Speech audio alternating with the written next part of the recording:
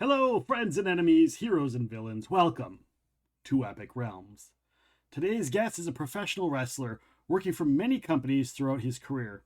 From NFW to Ring of Honor, he is loved by fans all around. He's also the co host of Darkness Radio, one of the most legendary paranormal TV shows or radio shows ever. Please welcome the one and only Beer City Bruiser to Epic Realms. Welcome on in. Thanks for having me. I'm like TV NFW, shows. huh? What the heck? See, we were just talking about radio and being live and pre-recorded and having to, go over screw ups. Like, there's no editing there. That's there forever. I mean, I could, but we're not. We're not going to go. We're going to leave it in there. Sounds good to me. It's a radio show. It's a podcast. It's just a podcast. Just a podcast. So, to me, when I was looking this morning and kind of going through all my notes and everything, there was a small elephant in the room, and the small elephant in the room is that you may not know this and you may not recognize me, but you and we worked together. I mentioned NFW for a reason. You and I worked there probably for the course of like 4 or 5 years at around the same time. And so Okay. there have been times that I vaguely remember you giving me a chop in a battle royal and throwing me over. And it was always battle royals. Like, you always worked other matches than me because I was pretty new. Yeah. But I do remember a handful of battle royals, and I know for a fact that you and I traded chops earlier on in your also earlier career. So it's kind of a fun little small world after all sort of moment to I go. always tell everybody pro wrestling is the largest, smallest world you're ever going to get into Yeah. because you meet everybody. And I remember some early advice I got was actually from Honky Tonk Man. He said, careful on the people that you shit on going up because when you're coming back down, those are the same people. Yeah. And it's funny because after Ring of Honor got bought and stuff and shut down, and I started doing indies again, I started bumping into guys like you, like, oh, hey, yeah, we met, and it's like, okay, yeah, I get it. It was Yeah. like, cool, yeah, you're cool, like, awesome.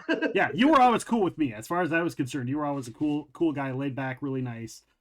You never came across weird. There were a handful of people in that locker room that kind of did, and I'm sure you know some of the people we might be talking about. Oh, so many people. Brian Malonis and I would when we were traveling full time, we'd get drunk and share stories of the weird people, and every story revolved around an NFW locker room for me. And I'd always win. I'd always be like, yeah, no, because we'd pull up clips on YouTube, like, oh no, you thought that was weird. Watch this. Yeah. Look at this guy, and we just drink more and more and just giggle and laugh, and he'd always, yeah, you win. Okay, you win. It's like, Yeah. I know some creepy people, man. That was a weird, yeah, that was a very weird era. So tell us a little bit about your journey to there. You trained, you were a kid, you were always a fan of wrestling, and you kind of went on. You eventually got trained by Harley Race. What was kind of the journey getting there to the Harley Race training area? It was, when I was a little kid, my uncle took me to a fair up in northern Wisconsin, Merrill, Wisconsin, and the AWA was real prominent through that Yeah. area.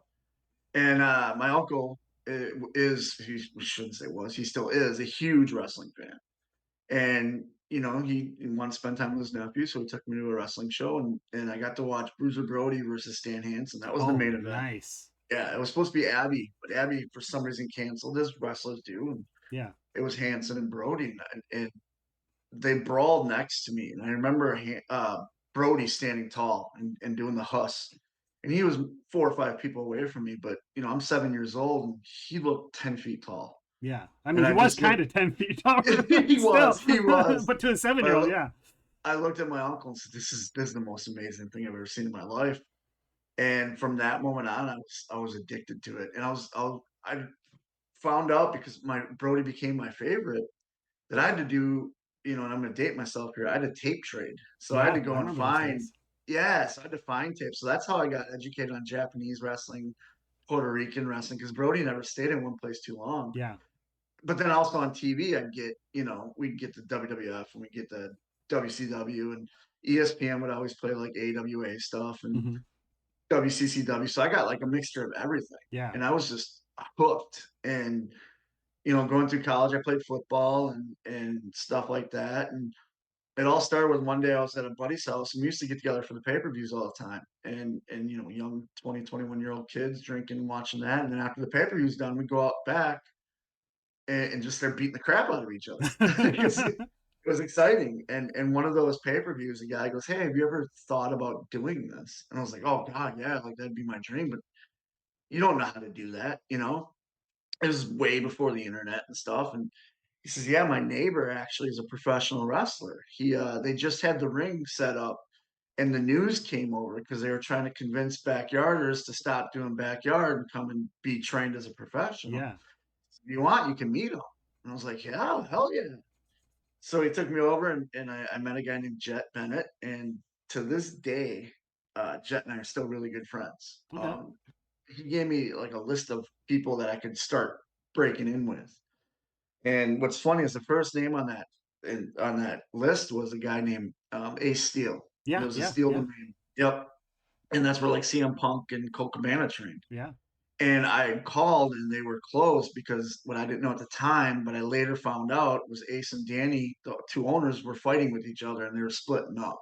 Yeah. So the school closed and whatnot. And what's funny is years later when I was at Harley's full time, Ace would come in all the time. Oh, And when okay. Ace got signed and he tore his ACL to rehab, he was at Harley's and he'd be like, "I only want to work with you in the ring. I know you know what you're doing. Like, I don't want to rehab with anybody else, just with you." So through the process of that, and he'd teach me stuff and all that, but I shared him that story and he giggled. He's like, "Oh, what could have been?" But the next name on the list was a guy named Trevor Adonis, and he had a gym right by where I went to college. Okay. So I ended up showing up and he says, "Yeah, for 150 bucks, come out to this bar. You'll do a 2-hour seminar, and if you like it, I'll introduce you to people that can train you." I said, "Okay." My 2-hour seminar turned into 4.5 hours Nice. because I just started picking it up, and Trevor's like teaching me more and more and more and more. And so he ended up breaking me into the business. And then about a year and a half after that is Harley used to do these week-long camps at his school. Yeah. I went and did one. And what they did is they awarded you where one person would be awarded a scholarship to this Harley school. One person would be chosen to go over to Noah in Japan to train at the dojo. And then one person would get signed out of it for WWE. So my first year there, I got selected for the scholarship. Nice. Um, a guy named Thorif, who's now known as Eric Redbeard or Eric Yeah. Rowan, Yeah. he was selected for the Noah school, and then a guy named Kenny Omega was signed to the WWE. So from that moment on, I remember going back home and I had kids and stuff at the time, and I remember talking to Trevor, going, "I don't know, that's like 8 hours from home. I'm leaving everything behind." And he said to me, he goes, "You're gonna regret not learning from the greatest professional wrestler ever and learning taking his knowledge in. You know, you're young, do it." Right. And so I did it, and I moved everything, packed up everything, and moved to Eldon, Missouri, and for the next 5 years lived and breathed professional wrestling with Harley Race. And Yeah. it was, I always say I went to high school, grade school and high school with Trevor, but I went to college with Harley. Like Harley taught us the in-ring stuff, the business stuff, how to talk to the promoters, how to act, you know, when you're with the big companies and how to protect yourself businessly, like not Right. just in the Right. ring, but business wise, and how to talk, you know, Negotiations and stuff like that. ex- exactly. Yeah. So we got to learn all that. And Harley would get there at 10 in the morning. We'd have training till 5. So I'd show up at 10:30 at the school and I'd just sit in his office and pick his brain. And we'd watch old tapes of his, and he'd pull out old booking sheets. And then we'd go to lunch, and then I'd go to the gym, and then show up for training. And then it ended up got to the point where he gave me a key to the school because I never left the school. Yeah. I was always there. I always wanted to be in the ring. You know, like I moved 8 hours away. I'm not here to work a server job at Pizza Hut. You know, I'm Yeah. here to wrestle. And so that's what I did, and it was the best decision I ever made. Yeah, that's awesome. That's really cool. And it's fun to hear some of those stories from those guys, especially while you're training, because you learn, you also kind of, some of them don't necessarily tell you their mistakes, but you can catch what their mistakes were. Through the storytelling, like, oh, well, maybe I shouldn't do that, or maybe I should do this, or, they'll tell you about a time they got into a fight with someone about whatever reason. And you're like, oh, okay, well, if I want to avoid that situation, that's what I do. So it's always fun hearing some of those stories. So where do you go from there? You get done with Harley races and then you just start doing independents all over the place? Yeah, I was already doing independence, a lot of independence. You know how it is. You in order to be a professional wrestler, you got to get your own booking. So I was Yeah. getting booked all over the Midwest, Hmm. as far as north as Minnesota, all the way down to Arkansas. Like that whole any place I could drive, I'd get in the car, and a bunch of us guys from Harless, we get in the car, and we always joke because Eldon, Missouri, was literally 8 hours from anywhere that we Yeah. could wrestle. Because Harley had such a hold on the state, we couldn't wrestle for other promotions within Oh, Missouri, okay. where Harley would run. Harley had that rule, like you're trained by me, you wrestle for me, you don't go to these other crap promotions. Like, okay, cool. So we'd have to drive all over the place. Well, about 2009, I realized that I was now the trainer. I was training guys now at Yeah. Harley's. I wasn't learn. I was learning, but I wasn't. I was doing more training than I was learning. And I remember sitting down with Harley, going, "Look, Harley, I've been here, 5 years. I've got kids at home. I miss them. Like, can I move back? Like, can I have your blessing type thing?" And he says, "Yeah." And then he said, anytime I needed him, like, he was a phone call away, and he'd still book me. Yeah. So I moved back to Wisconsin and started doing more and more indies and just making a name for myself. I changed my name and stuff like that, and um, just really my career picked up as soon as I got back to Yeah. Wisconsin, where I got with a good group of guys, and we just started traveling all over the Midwest again, and just we weren't making any money, but we were learning, we were getting our name out there and all that. And um, I met Steve Carino really early in my career, Okay. before moving to Harley's, and I'd always kept in contact. And when I'd gotten back, I'd done a couple shows with Steve, and Steve was like, "Why don't you do a Ring of Honor tryout? Like, they want characters. You're a character. This Yeah. Beer City Bruiser is a character. Like, why don't you do the tryout?" And I told him, like, at the point I was pretty much I'd done WWE tryouts, I had TNA tryout, and Right. like I didn't want to be. I told him, I says, "I really just don't want to do that. I'm having fun doing the indies, kind of big fish, small pond syndrome. Right. Yeah. And he kept pushing, and then I met Kevin Steen, who is Kevin Owens, Yeah. Yeah.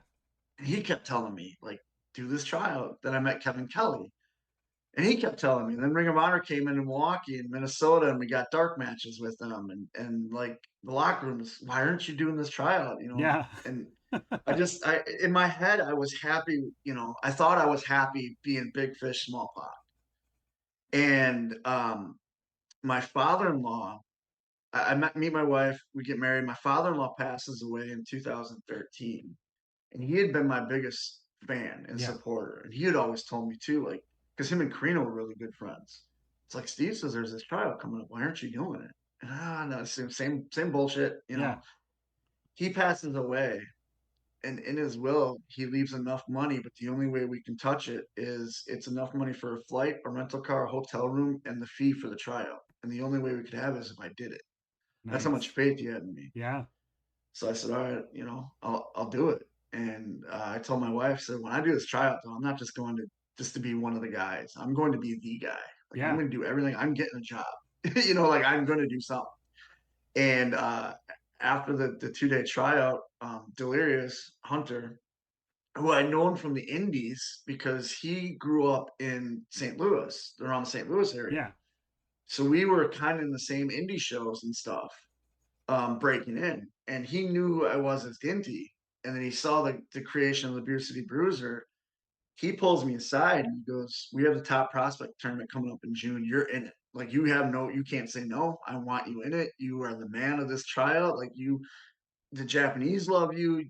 We love you. Like, we want you on our roster." And I was like, "Okay, cool." So then January comes along, and that's when I do the top prospect tournament, and rest is history. That's awesome. I go do the tryout and just start killing it. Who are some of your early guys that you worked with that were like, because all the indie shows would every once in a while they're like, we're going to bring in a big name. And Yeah, you and I talked beforehand about a match that you had with Raven. Was that one of your early ones where you're like, this is a big name guy, or did you have other ones before that? I've had other ones before that. Honky Tonk Man was one. He was my very first one. Okay. And then Steve Carino. I actually did a whole ECW loop for a while where it Oh, was Steve nice. Carino, Chris Candido, Raven, you know what I mean? And being an ECW fan, I loved Sabu. I remember Yeah. taking a bunch of Sabu chair shots and wrestling with those guys. But I became friends with those guys too because I afterwards I'd pick their brains. Yeah. Like, what do I do? How do I get better? And I remember I still tell Steve to this day, the minute he gave me his phone number, that was the most annoying thing on the planet. 'Cause I'd text him every day Every with day. questions. Yeah, every day. I'd send him matches. Oh, I just had this match, and I'd send it to him. Same with Raven, where I just constantly kept in contact with Raven. And it's funny because I lost contact with him, and I did the Jericho cruise, the very first one. Yeah. And I was walking down one way in the hallway, and Raven was walking towards me, and he was doing that side head tilt, like Like he he looked recognized you, but familiar, yeah. yeah. But my badge said Beer City Bruiser, and so he's looking at my badge, he's looking at my face, he's like, "You're that Stu kid, aren't you?" I said, "Yeah." So this is my gimmick now. He goes, "I didn't know that." He goes, "I love this dude. You're in Ring of Honor, yeah, you know." And it turns out like he thought I'd gone away because I'd stopped the Dinty name and started using the Beer City Bruiser name. Yeah. So he was like, okay, here's a kid I helped, and he's gone now. And so he was so happy. So when we started communicating, yeah, it was awesome. That is super cool. What was it like for you, getting in, being able to be in the ring for the first time with some of these names that you knew growing up was, and did that obviously change, or did you training with Harley kind of erase that whole part where you're like, step in and like, okay, well, this is professional. You don't act like it matters. It's just another match. I get excited, obviously, Hmm. especially with like a Tommy Dreamer who I looked up to my Yeah. whole life. You know what I mean? And there'd be nerves and stuff, but like Ken Anderson, we used to travel together, and when I did my first WWE extra work, I was with him. Okay. And driving there, I was really nervous, and he gave me advice that I kind of just live by every time. And he says, you're here for a reason. They know your talent. Like they wouldn't book you if they didn't know your talent. Yeah. When you're put into situations in wrestling, it's because they know you. They know how you've been trained. They know Yeah. you're trained the right way. So whenever I'd wrestle a bigger name at the time, that's the mindset I had. I'm put in this position for a reason, you Yeah. know? So I'm gonna go out there, do the best I can, and learn as much as I can. Because someday I'm gonna be that name. And I am now. You Now are I'm that. that Yeah. guy that comes in. And I always try to tell the kids too before, because I'll see if they're nervous or whatnot. I'll pull them aside and go, look, you're in this position for a reason. You're here because somebody trusts in your training. I don't know you, but I know that you're booked against me because a promoter trusts you to be here. Yeah. So you don't need to be nervous. Let's just go out, create some magic, and come back and drink some beer. Yeah. So that's always helped me, and that helped me through Ring of Honor. So I'd still get nervous, and big matches throw up before the big matches and Yeah. stuff. But like I did have especially in Ring of Honor, I had a couple holy shit moments where I had to pinch myself. Like, is this real? Like, is this really happening? The Madison Square Garden show, like Yeah. walking out on the stage and just looking around, like I'm in Madison Square Garden. Here's this kid from a small town in Wisconsin that's literally in the Right. biggest stage. I'm in the most famous arena in the world. When I was in Japan, same thing. I Korakuen had to Hall. pinch myself. Yeah, and I was working huge names, like I was working Hiroki Goto, who I looked to up to as a kid, and here Yeah. I am wrestling him. Suzuki, Jushin Thunder Liger, like I'm sharing the ring with these guys. And then later on, you get further down, and I remember Brian and I had to do a battle royal spot, and my whole spot was with Gangrel and Blue Meanie and PCO, and I'm like, this. I watched these guys, Yeah. and here I am creating memories and going viral, and it was great, Yeah, that's So great. What was it like? Tell us about the walk-in. The build up to the Madison Square Garden, right? Because that's a historic moment, right? yeah, yeah. Nobody's been there for so many years up to that point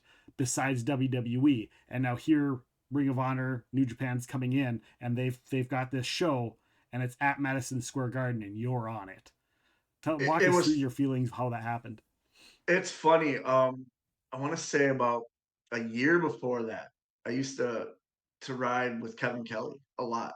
Um, and just get to talking. And Kevin goes, everyone has a bucket list in wrestling. Like, what's on your bucket list? And I told him, I says, um, this was right after we got back from Japan. And I had said to him, well, I only have one thing left, and I don't think it's going to happen. He goes, what's that? I said, work Madison Square Garden. Because I had all these other little bucket list stuff. And the last one I knew when I did Japan, I'm like, okay, I've checked everything off but Madison Square Garden. I'm okay with that, because that That's rare for people to wrestle there. So I Right. was telling Kevin, and Kevin's like, "Oh, it's a shithole. You don't want to wrestle there." Like, I've been there enough, you know. Then you fast forward a year, and they make the announcement, but they didn't tell the roster who's working there, other than the main champions, Yeah, yeah, you know, because they were waiting for New Japan to come back and yeah, decide who goes where and whatnot. And Malonis and I are like, they're not going to put us on the show. Like, we're popular because we're the beer drinking baby yeah. You're the faces, fun but like, guys. we're the guys that you'd get you had to beat us to get to the next level in tag team. So like, usually we'd do a feud with the Briscoes, and then we'd lose to the Briscoes, and then whatever team was going to face the Briscoes, we'd get into something with them, and then they'd beat us to get to the Briscoes or Yeah, God or the Kingdom or whoever the top tag team was. So we're like, there's no way that, you know. So we just kind of, it's cool. Ring of Honor's there. Okay, if we're not on it, it sucks, but we want to be on it. And then the graphic came out, and it was like, man, we're on this. You know, we were told you guys are on the show. This is we had to, 'cause you have to approve your graphics and stuff. Like, okay. and we're like, okay, this is not approved, but like they send it to you before they put it out to the so. And I remember getting it from Ian. We always call him Irish Ian. He was like the accountant for Ring of Honor, and I got it from him. I texted him back. I'm like, haha, funny joke. You know, don't be a dick. And he's like, no, this is true. Like, you guys are there. And like, Malonis texted me, he goes, hey, did Ian send you a picture? Is this a joke? And I was like, no, man. Like, but we didn't want to believe it. Yeah. And then Ring of Honor set up a cigar line for me with the Martinez cigars. Oh, So I I didn't had know my that. own cigars. Yeah, I had my own cigars. So I had to film a commercial for it, promoting it at Madison Square Garden. And I'm like, maybe I am doing this. And then Martinez goes, hey, we're doing a meet and greet the day of the show, and we're only a block away from Madison Square Garden, so we're gonna book you for the meet and greet, and then we'll get you done enough time to make call time at Madison Square Garden. And I'm like, man, this is really happening. Like, and then we got our itinerary, and then we get, you know what I mean? And like, Yeah. it didn't really hit me until I walked in, and I remember standing next to Todd Sinclair Pants and Malonis, and I looked up in the ceiling, because the ceiling to me has always been iconic. Because all the WrestleManias, remember, they do the pyro along the ceiling. Right. And I remember looking up, and I'm like, that's it. Like, I'm here. I'm Yeah. doing this. And that's when it was like, all right. And you get excited and nervous, and it was unbelievable. That is cool. Un- yeah. Best time of my life. I loved it. Every single second. So did you make a new bucket list after that? It's like, well, everything's checked off. I better make a new one. I made a new, because then I was like, all right, I'm fine. Like, this is where I'm going. And then after Ring of Honor got bought, and I was essentially jobless, that's when I made a new bucket list, Okay. because I had to have surgeries, and I had to have, Yeah. my hip needed to be done. And my family had sacrificed a lot over the last 24 years. So I made it a bucket list for them. Okay. Like, I've done a lot in wrestling. This is what I want to do, but I'm keeping my family in mind when I set it up. So I have a different bucket list, and I'm working on that right now. So That's great though. That's great. yeah, yeah. Tell us a little bit about Kurikan Hall and your work there and your time in Japan. Did you have like a culture shock going over there for the first time, and then of course eventually going to Korakuen and working with all those guys? I've been a fan of not just Japanese wrestling, but Japan my whole life. I studied a little bit of Japanese, their culture and stuff. I'm a huge fan of. And flying over there was amazing. It was like I said, you have to pinch yourself. Yeah. And before everything started, again, Kevin Kelly, we met for breakfast, and we're eating breakfast the day before the show. And I says, man, I don't want to waste this opportunity. Like, I want to make an impact. Like, what do I do? Like, and I'm asked, because he knows, he's been to Japan so many Right. times. And he goes, well, look to your idols. So what do you mean? He goes, well, look at a Brody, look at Terry Gordy. Those are the guys that you idolize. Look what they did. So, well, in their entrances, they just come out and harass the fans. He's like, that's what you have to do. And I was like, I don't know, man. It's like, it's 2018 now. Like, you can't do that. He's like, trust me, you'll be fine. So the first night, I'm supposed to work Hiroki Goto for the Never Open Weight Championship. So I'm like nervous, and you asked about nerves and stuff. And what's funny is Hunter, Delirious, the booker of Ring of Honor, calls me to his room, and he goes, "You all right?" I says, "Yeah, I'm a little nervous. Like, I'm excited, but I'm nervous. I don't, I want to represent the company, but I want to do good." And he's like, "Here, try one of these." And it's a thing called Strong Zero, and it's a big alcoholic beverage over there. Okay. So here, me and him are 4 hours before the show, pounding these stouts, Strong Zeros. And I'm like, Hunter, I can't get drunk. Like, I have one of the biggest matches of my life. Like, I can't get hammered before it.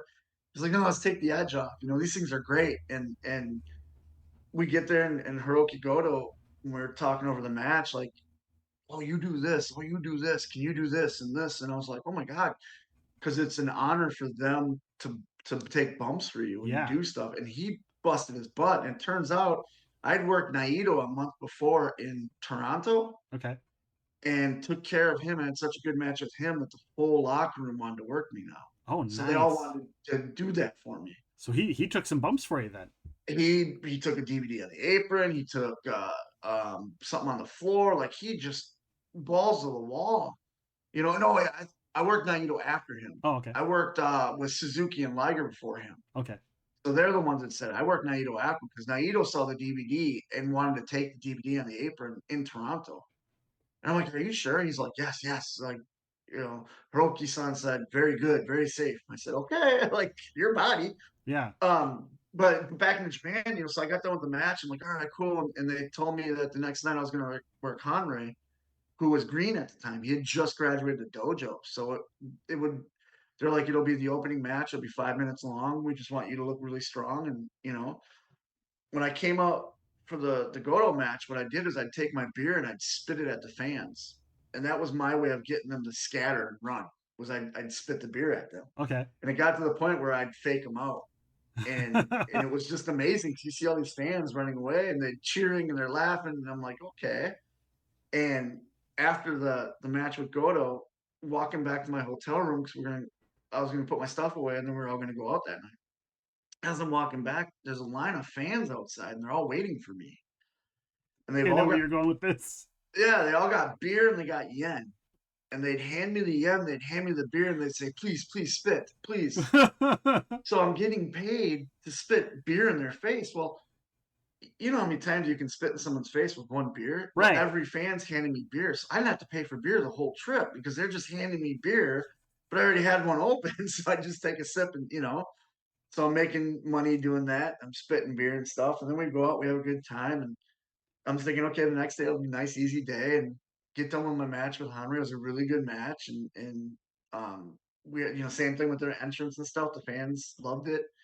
I get done with the match, and I get called in the back. They're like, "Hey, the office wants to talk to you," and I was like, "Oh, great! Like, I'm getting fired."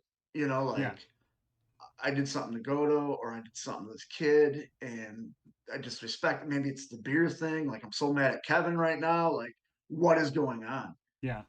And so in the Japanese locker rooms, the way they had it split up is they had it split up by factions. So Bullet Club had a room, Okay. Lij had a room, and then all the Americans were in their own room, and then the office had their own room. Okay. So I walk in the office, and sitting there is Delirious, Booker from Ring of Honor, Joe Koff, the president of Ring of Honor, Yeah. the piece of shit Greg Gillian, who is like just a piece of shit for Ring of Honor. Then you had the president of New Japan. You had Gato, who was the booker for New Japan, Yeah. and then you have Jado, who was assistant booker.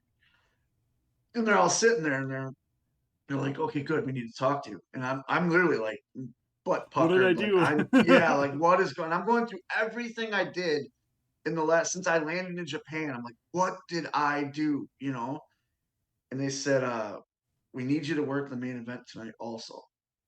And I says, what do you mean? They said, well, Dalton's back is bad because he was going through the back injury. Yeah. And Trent had torn his pectoral and bicep muscle.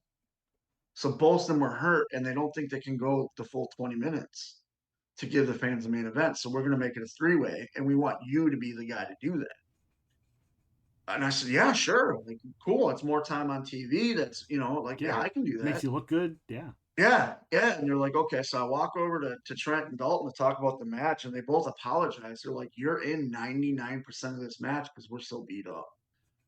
And I only had a half hour to remember everything. Yeah. So right before I'm walking out, I'm trying to go through everything and I'm nervous again. Uh, Gato walks up to me and he says, Bruiser-san, you cut promo, get heat. I said, wait, what? He says, yeah, you please grab mic, cut promo. I said, I don't know Japanese. He said, no, in English, please, English. So not only did I now am I in the main event for the Ring of Honor World Title, so Yeah. it's for the belt, but I'm also cutting a promo and I'm featured in the match. Yeah. It goes by as a blur. It's a great match. We get done. I get into the back and everyone's clapping and I'm getting hugs and the New Japan president walks up and goes, "You out with Office tonight for dinner," which was rare. They only Yeah. invited certain guys to go out with all the Office guys. Yeah. And then Gato called me the Japanese word for workhorse because in Japan you never work more than once in a night. It was Right. very unless it was a tournament, Yeah. and I did it on literally on half hour's notice. And so I get all done and I get back to my room and I'm like I have to call my wife, like I don't give a shit about the time difference. So I call her and she's like, "Are you okay? Like, what's wrong? Like, is this an emergency?" And I told her what's going on, and I'm just trying to come down. You know what I Yeah. mean? Because that's Like, exciting. That's awesome. yeah, it went from my dream being there to like literally one of the best times of my life. And then, and I told her what's going on at the office and stuff, and I ended up going out to dinner, and it was amazing. And the next couple of days we had off, so I got to explore and buy souvenirs, and it was just great. Yeah. Nice. That's awesome. Let's fast forward a little bit. Yep. Last night, this weekend, right? This leak weekend, WrestleMania weekend. You know a lot of people that were part of the show. You alluded to it earlier. Tell me your reaction to seeing people that you're friends with, people like a Damian Priest and a Cody and Rhodes winning the World Heavyweight Champion this weekend. What are your thoughts on that? And if you had words for them, what would they be?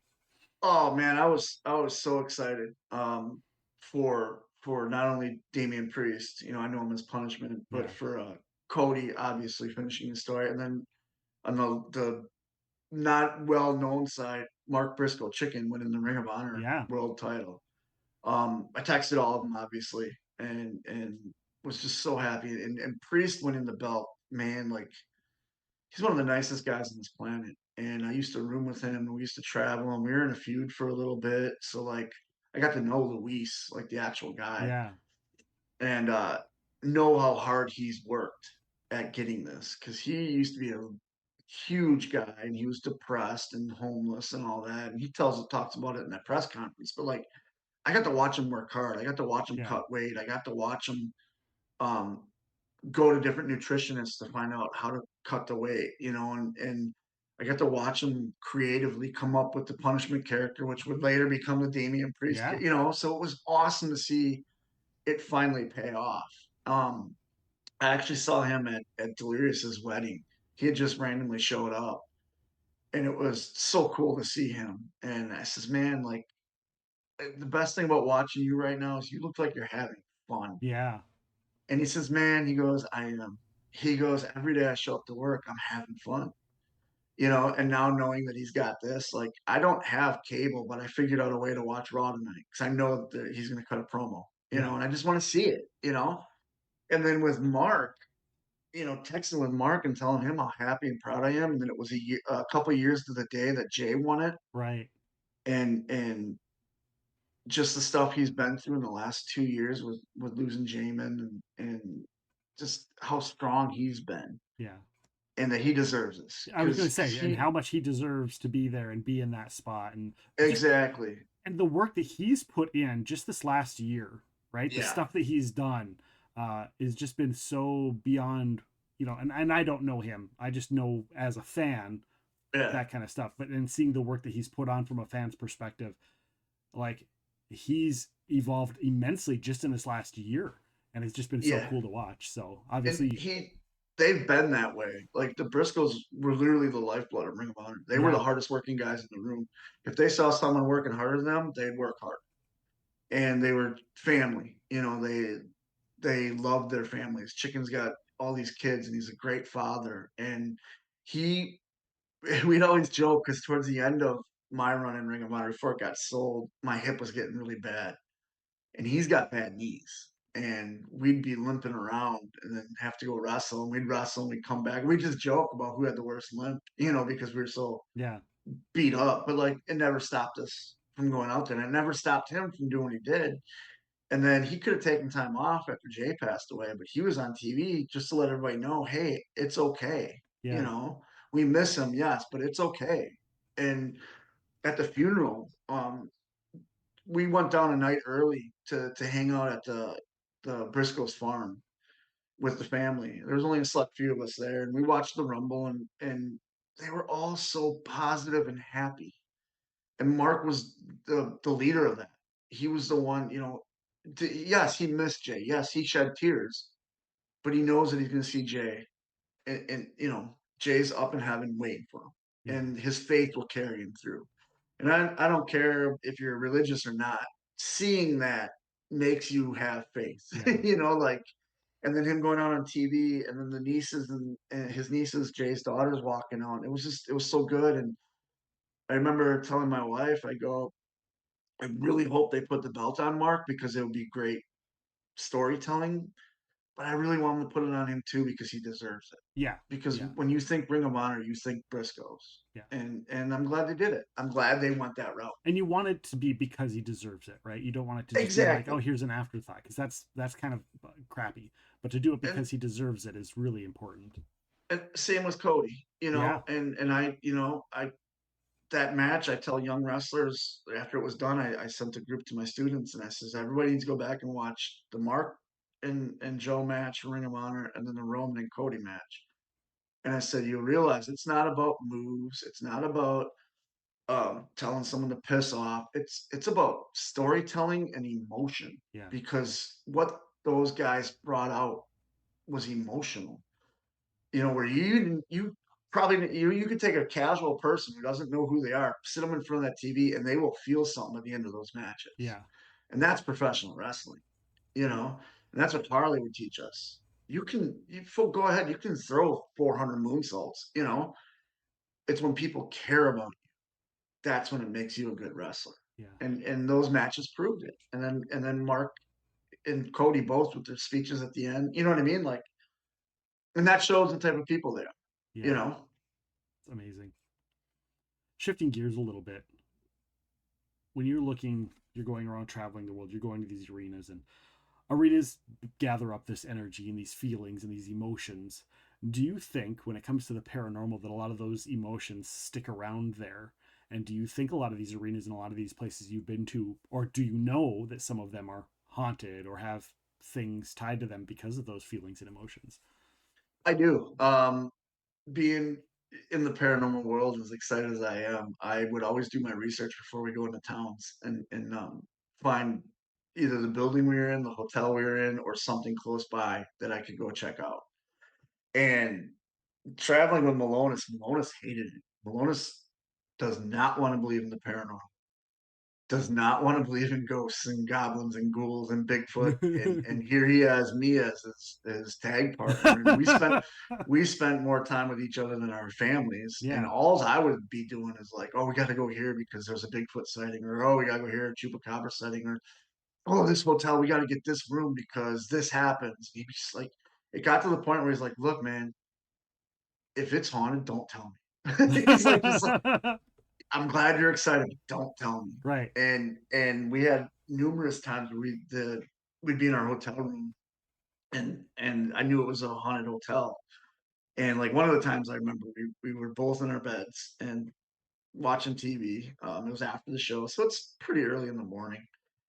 And randomly our sink would just turn on, and we'd walk over and it would turn off, and then we'd walk away to turn back on. We'd walk over, turn, this is going on, and he kept like yelling at me like, "Bruiser, I know you're ridding me. Like I know it's a remote. Give me the remote controller. Give me the string." I'm like, "Bro, I swear to God." And then like I'd pull up my equipment, my EVPs, and I'd start doing stuff. He's like, "Stop that shit. Like, we don't need to do that. You're awakening the bad stuff." And I'd be like, "No, this is the perfect time to investigate. Like stuff's happening. I need to record it. I need to know what's going on."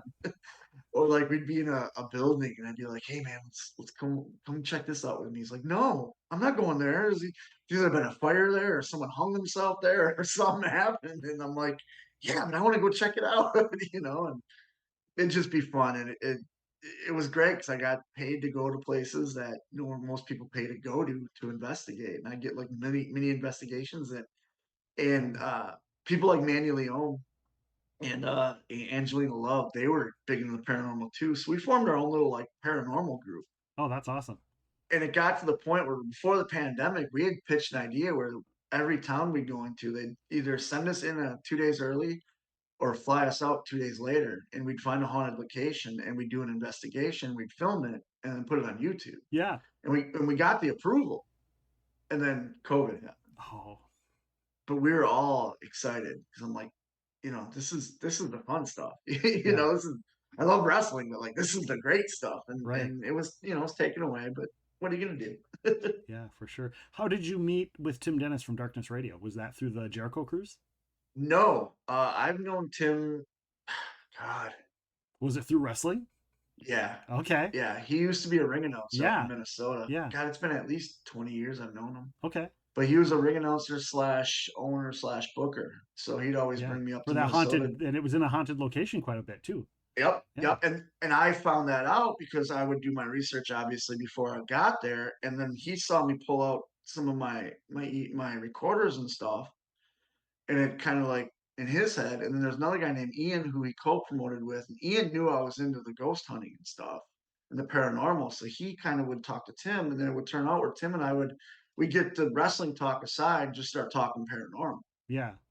And so like I said, I've known him for years, and then we'd always keep in contact. And then on the Jericho cruise, um, I was made like, yeah, I had to wrestle, but I was also made like the host of all. Like they had a bar crawl, so I was a host of that. They had a Which flip makes cup sense. game. That makes sense. Who else would it Yeah, be? they had a flip cup game tournament, so I was a host of that. They had a beer pong tournament, I was a host of that. And so like Darkness Radio was doing a bar crawl their own, but it was they'd tell spooky stories because we were in the Bermuda Triangle. And Tim goes, "Hey, why don't you come along? And we got Santana and Ortiz, and why don't you three be like our guests and do the bar crawl with us? And then I'll put you on the podcast later." And I was like, "Yeah, sure." Like, and I used to listen to Darkness Radio Yeah. ever since I met Tim, so I was like, "Yeah, I'm pitching it to like Cheeseburger and Manny, the other people I knew that were on the cruise that loved paranormal." Yeah. So I ended up doing that, and then we ended up doing the podcast. And then when Ring of Honor um, got closed, and sold, he called me up and he says, because David just left Darkness Radio. He Yeah. says, "Hey man, are you still into the paranormal? And are you looking for something to do?" And I was like, "Why? What do you got in mind?" He's like, "I need a co-host for Darkness Radio, but I need somebody that knows kind of what they're talking about. Yeah. But you can bring in an extra perspective because you've traveled the world, And I was like, Yeah. And your underwater "Yeah, needle yeah." point. Exactly. And then, well, so when he brought me on, a lot of our fans were ready to become a wrestling podcast Yeah. because they didn't know me, Hmm. and Tim knew me. Tim knew I was an investigator. Tim knew I'd done investigations. I'd done research. Tim knew that, but our listeners didn't. So that's when we came up with the code word underwater needle Underwater point. So that needle way we point. could talk about it. But what turns out is a lot of the fans, when they realized that I knew what I was talking about, Yeah. and I'm not just there to talk wrestling, Yeah. I'm there to talk paranormal and all that. And like I actually have insight in this stuff. Yeah. They started coming around to where now we can mention wrestling. And now they have a chat. If you go to darknessradioshow.com, that's the website, but there's a Facebook chat group you can be added to. And I check in. I don't talk all the time in there, but I'll check in and stuff. And those like just the whole WrestleMania weekend, they are all talking about WrestleMania. Yeah. And I'm a firm believer that paranormal fans, comic book fans, and wrestling fans are all the same, I agree. cut from the same cloth. And Same with race car, NASCAR. Now I'm in North Carolina. Racing fans are all the same, cut from the same cloth. right. So yeah, so that's how it started with Tim, where I joined the podcast, and then I was just a guest at first, but then listeners still were asking for me, and now I've had to take some time off now because I've had some home repairs here. Yeah. And it was just I didn't have any in my schedule, but once they're all done, I've been talking to Be Tim, back and on there I'll be more back. regularly. Oh yeah, Yeah. I miss That's doing great. it. I miss the fans. I miss the listeners. Yeah. It's great because I'll do my wrestling shows or I'll do meet and greets, and I can tell the Darkness Radio listeners because they'll come up and share the inside jokes, the McRibs and the underwater needlepoint, and they'll say, and I'll look at them, and go, "Oh, all right!" Like, yeah. And Yeah, I'll yeah. FaceTime with Tim so that he can say hi to him and stuff like that. It's a good time. Did you used to listen to Art Bell and stuff on when you were on the Oh road yeah, driving for wrestling? Because I know there oh were a yeah, handful of times where it's like you're driving for so long, you have to listen to something, and it's sometimes music gets old. yep. And so when it's And late at night, it's like, let's listen to Art Bell and drive on the creepy the creepy back roads of Wisconsin or wherever. yeah, and people don't realize like this is before podcasts, this is Yeah. before streaming and all that. So you use CDs and stuff, and We're a scrolling lot of the on the Missouri AM dial. exactly. And it was funny because I had my radio preset for every state I drive through to what station Art Bell was on. Yeah.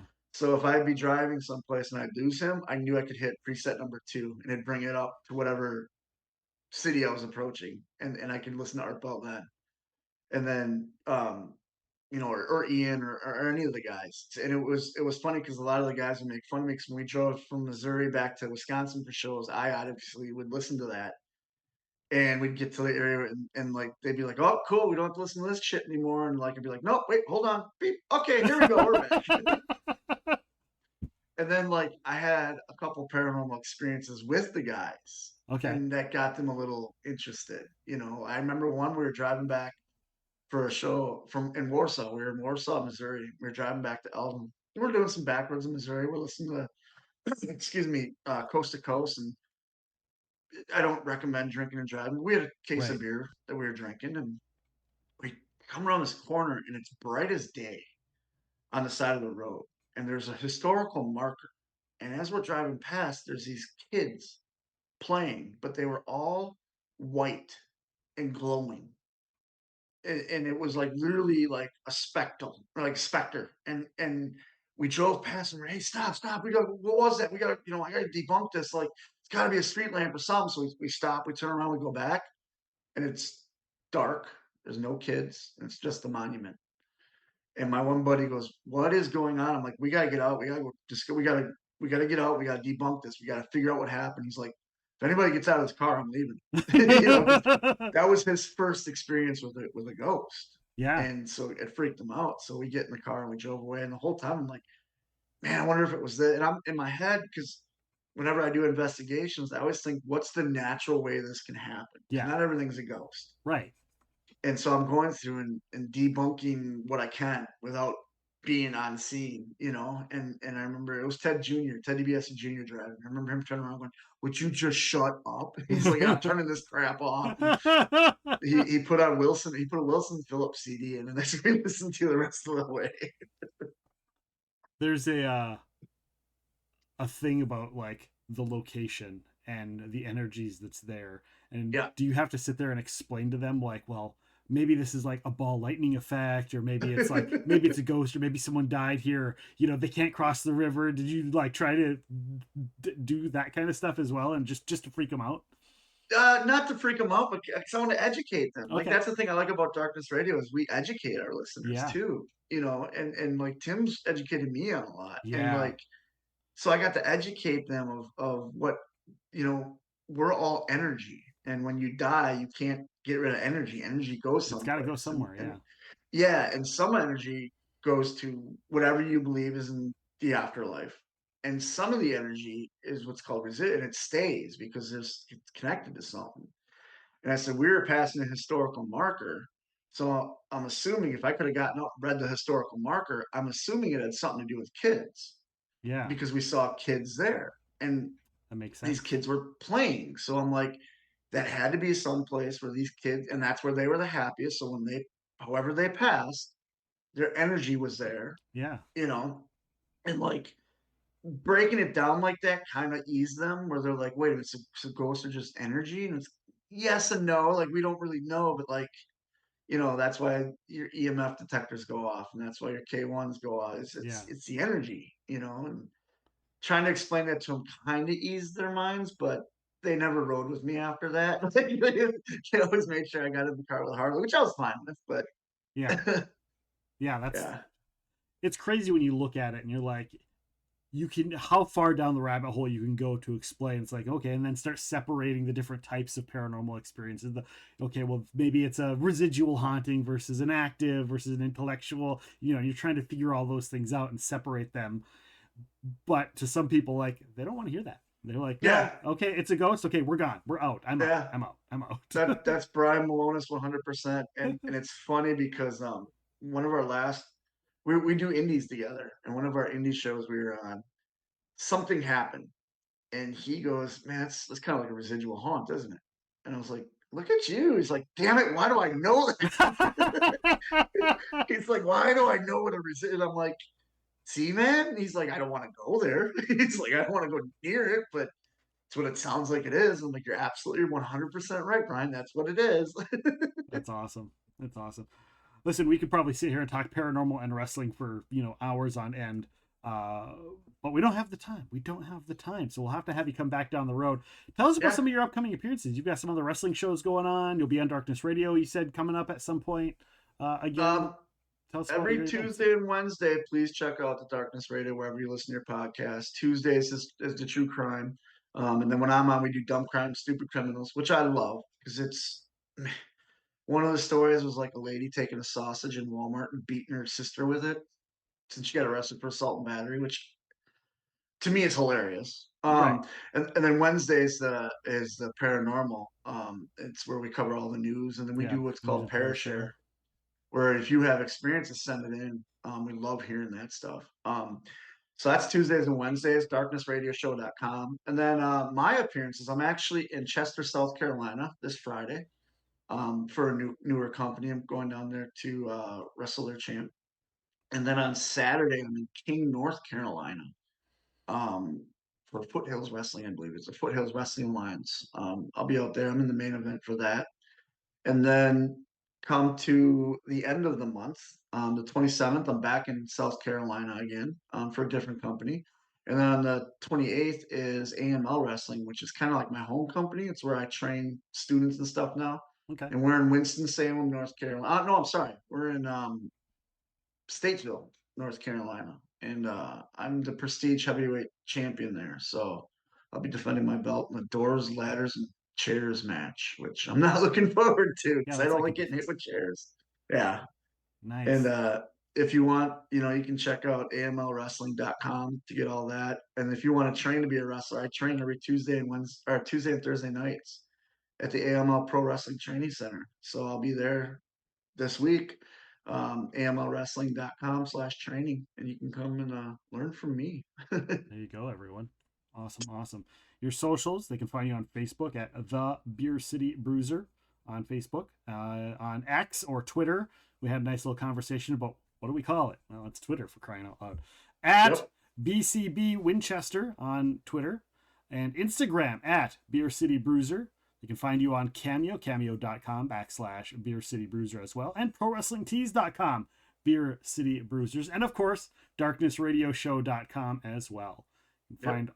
find it there. Go and find all those sites. Go and check on them. Click all the links. Click all of the buttons because we want to support the Beer City Bruiser. Yes, please. All right, everybody. Still to come, we're going to be joined by author and D&D legend, the creator of the Forgotten Realms, Ed Greenwood, is going to be returning to Epic Realms. We're going to talk all the things that have happened between the last time he was on the show up till now, including the movie that, he created the world for that movie, and his new products, his Patreons, all of his new books, Fate of the Norns, etc., etc., etc. That's going to be live April 22nd. That podcast will be available on April 23rd. So, click all the buttons. Make sure to subscribe, rate, review, all of those things. It really does help us and in turn helps our guests. So, for the Beer City Bruiser, I am Nick, and thank you for listening to Epic Realms.